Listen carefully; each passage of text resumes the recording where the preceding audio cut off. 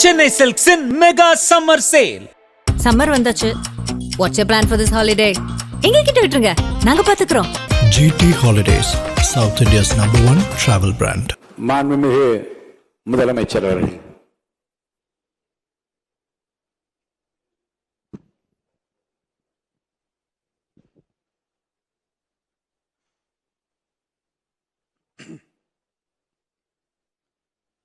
மாண்புமிகு பேரவைத் தலைவர் அவர்களே,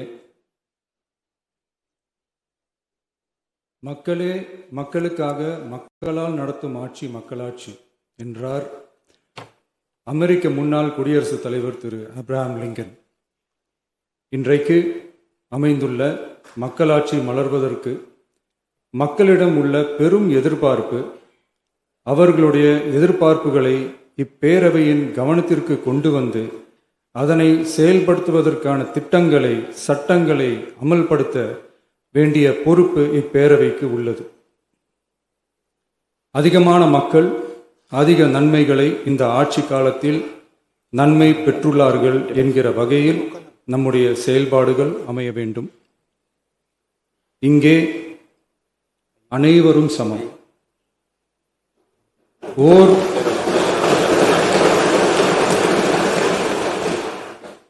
ஓர் உறுப்பினரை கொண்ட கட்சிகள் இங்கே இடம் பெற்றிருந்தாலும் அவர்களுடைய கருத்துகளுக்கும் அதிக எண்ணிக்கை பெற்ற தமிழக வெற்றிக் கழக உறுப்பினர்கள் தெரிவிக்கும் கருத்துகளுக்கும் சமமாகவே மதிப்பளிக்கப்பட்டு நல்லவை ஏற்கப்பட்டு அல்லவை நிராகரிக்கப்பட்டு ஜனநாயகத்தின் இதயமாகவும் மூளையாகவும் இப்பேரவை செயல்பட வேண்டும்.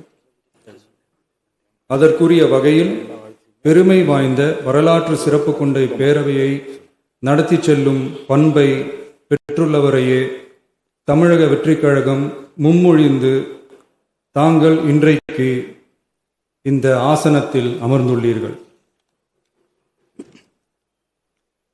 மாண்புமிகு பேரவைத் தலைவர் அவர்களே, தாங்கள் பேரவைத் தலைவராக ஒருமனதாக தேர்ந்தெடுக்கப்பட்டுள்ளீர்கள்.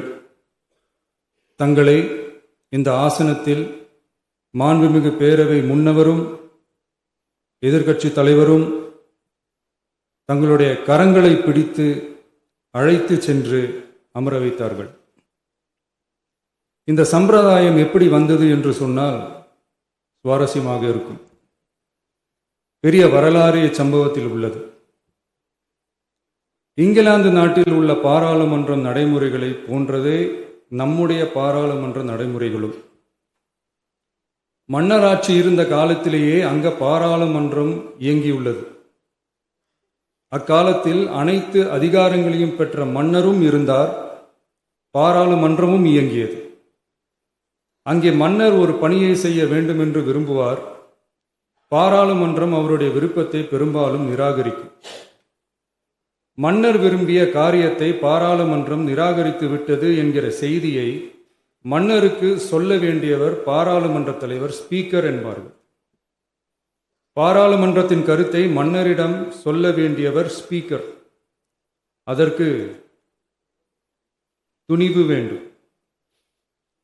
சில பணிகளை செய்வதற்குத்தான் பாராளுமன்றத்தின் அனுமதி வேண்டுமே தவிர அந்த ராஜ்யத்தில் உள்ள எந்த பிரஜைக்கும் மரண தண்டனை விதிக்கும் அதிகாரம் மன்னருக்கு உண்டு.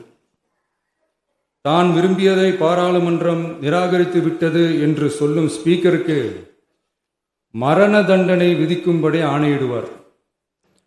தலையை வெட்டி விடுங்கள் என்று ஆணையிடுவார்கள். இது பலமுறை நடந்ததால் யாருமே இந்த ஸ்பீக்கர் பதவிக்கு வர விரும்ப மாட்டார்கள்.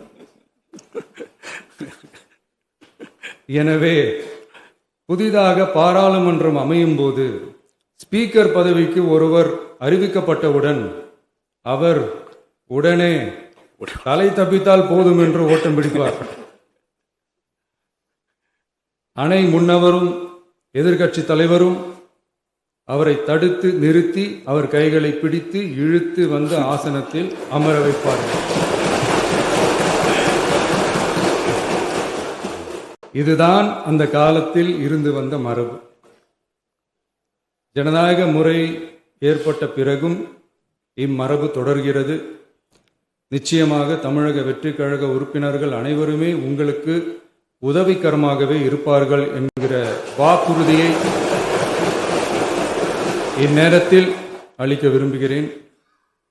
பேரவையின் மாண்பையும் கண்ணியத்தையும் பேரவை உறுப்பினர்களின் கண்ணியத்தையும் காக்க வேண்டிய பொறுப்பை உங்களிடத்தில் ஒப்படைத்திருக்கிறார்கள். தற்காலிக பேரவைத் தலைவர் பொறுப்பில் மிக சிறப்பாக பணியாற்றிய நம்முடைய உறுப்பினர் திரு மூவி கருப்பையா அவர்களை சந்திக்க நேற்றுக்கு சென்றிருந்தேன். அங்கே முந்தைய பேரவைத் தலைவர்கள் படங்களை கண்ணுற்ற போது, அவர்களை பற்றி அறிந்த போது உண்மையிலே எனக்கு பெருமிதம் தந்தது. ஏனென்றால் எடுத்துக்காட்டாக விளங்கும் திரு ஜே சிவ சண்முகம் பிள்ளை, டாக்டர் யு கிருஷ்ணராவ், திரு எஸ் செல்லப்பாண்டியன் அவர்களுடைய வரிசையில் மிக சரியான ஒருவரையே நாம் முன்மொழிந்துள்ளோம் என பெருமை அடைந்தேன். அதே போன்றுதான் நம்முடைய பேரவை துணைத் தலைவர் அவர்களும் நீங்கள் இருவருமே மிக சாதாரண குடும்பத்தில் பிறந்து மக்கள் பணியாற்ற வேண்டும் என்கிற அவாவில் செயல்பட்டு வந்தவர்கள்.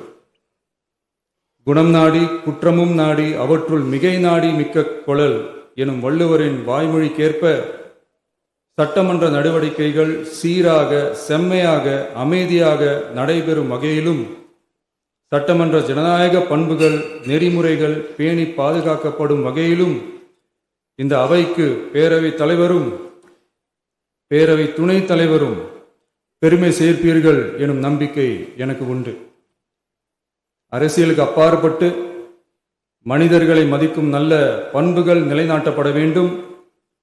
தமிழ் பண்பாடு போற்றப்பட வேண்டும்.